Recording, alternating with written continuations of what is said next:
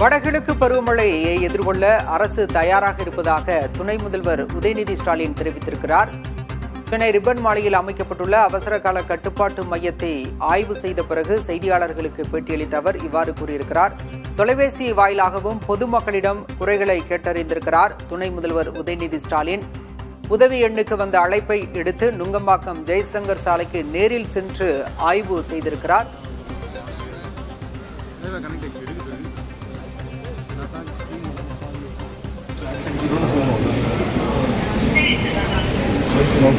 Reply பண்ண சொல்லுமா? வேலை மருத்துவ நாளைகள் தான் அதுக்கு ரிப்ளை பண்ணுறாங்க. இப்போ தண்ணி நிற்குதா? தண்ணிக்கலாங்க. சரி, இப்போ அதுக்கு ஆள் அனுப்பிச்சிங்களா? கிளியர் பண்ண மோட்டர் இருக்குல்ல, இன்னும் ஒர்க் பண்ணுறதில்ல. சரி, அது உடனே ஃபோட்டோ ஷேர் பண்ணுங்கள். அது சோஷியல் மீடியாவில் கமெண்ட் ரொம்ப ரிப்ளை பண்ணலாமா? வேறு ஒர்க் பண்ணாங்க.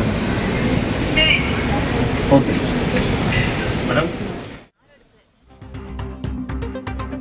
கட்டுப்பாட்டு மையத்தில் பொதுமக்களின் குறைகளை கேட்டறிந்த பிறகு நிகழ்விடத்திற்கு சென்று பாதிப்பையும் ஆய்வு செய்திருக்கிறார். அதன் பிறகு தற்போது செய்தியாளர்களுக்கு அவர் அளித்த பேட்டியை பார்க்கலாம்.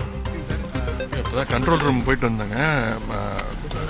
நேற்று இரவு ஒரு மணிலேருந்து 1 hour பேஞ்சிருக்கு. எல்லா இடத்தையும் உடனடியாக வடிஞ்சிருக்கு. எல்லா இடத்தையும் அந்த மோட்டர் வச்சிருக்கோம். 4:30 மணிக்கு ஒரு ஸ்பெல் இருந்திருக்கு. இப்போ விட்டுருக்கு. கம்ப்ளைண்ட்ஸ், சோஷியல் மீடியாவில் வர கம்ப்ளைண்ட்ஸ், அப்புறம் ஃபோன் கால்ஸ் எல்லாத்துக்கும் உடனடியாக ரெஸ்பான்ஸ் பண்ணுறோம். இப்போ நானே வார் ரூம் போயிருந்தேன், கண்ட்ரோல் ரூம் போயிருந்தேன். சில பேரோட பேசியிருக்கேன். நானே நேரில் வந்து பார்க்குறேன்னு சொல்லியிருக்கேன்.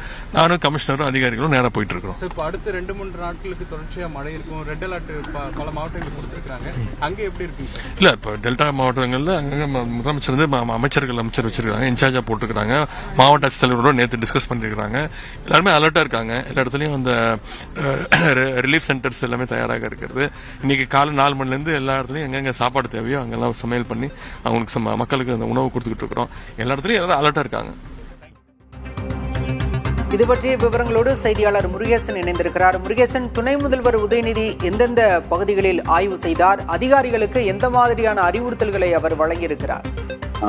தமிழகத்தில் வடகிழக்கு பருவமழை கடந்த 16ஆம் தேதி தொடங்கியுள்ளது.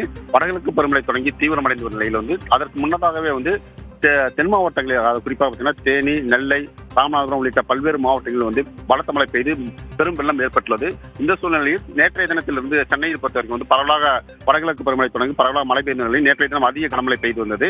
இதனால் தமிழக முதலமைச்சர் மு க ஸ்டாலின் அவர்கள் நேற்றைய தினம் சென்னை, திருவள்ளூர், காஞ்சிபுரம் உள்ளிட்ட மாவட்ட செயலாளர்கள் மற்றும் டெல்டா மாவட்ட ஆட்சித்தலைவருடன் காணொலி காட்சி வாயிலாக ஆலோசனை நடத்தினார். இந்நிலையில் துணை முதல்வரும் இளைஞரை திமுக இளைஞர் செயலாளருமான உதயநிதி ஸ்டாலின் அவர்கள் இன்று காலை அதிகாலை 4 மணியிலிருந்து மழை வெள்ளம் பாதிப்பு குறித்து ஆய்வு பணிகளை மேற்கொண்டார். குறிப்பாக சென்னை மாநகராட்சியில் உள்ள கட்டுப்பாட்டு அறைக்கு அங்கிருந்து பொதுமக்கள் கூறிய தகவல் அடிப்படையில் புகார், அதாவது எங்கெங்க தண்ணி இருக்கிறது, எங்க அவங்களுக்கு பாதிப்பு ஏற்படுது என்று பொதுமக்கள் கொடுத்த தகவல் அடிப்படையில் அங்கிருந்து அவர் நுங்கம்பாக்கத்தில் டிபி அலுவலகத்தில் ஜெய்சங்கர் நகர் பகுதிக்கு சென்று அங்கு ஆய்வு மேற்கொண்டார். அதனைத் தொடர்ந்து பெரம்பூர் மற்றும் கோயம்பேடு, மடிப்பாக்கம், சோழிங்கநல்லூர் உள்ளிட்ட பகுதிகளுக்கும் பல்வேறு பகுதியில் சென்று பொதுமக்கள் கொடுத்த புகாரை நிவர்த்தி செய்து வருகிறார். இதனைத் தொடர்ந்து தற்போது அங்கு செய்தியாளர் சந்தித்த துணை முதல்வர் உதயநிதி ஸ்டாலின் அவர்கள் பேசும்போது பருவமழையாக வடகிழக்கு பருவம் எதிர்கொள்ள தமிழக அரசு மிகவும் தயார் நிலையில் உள்ளது.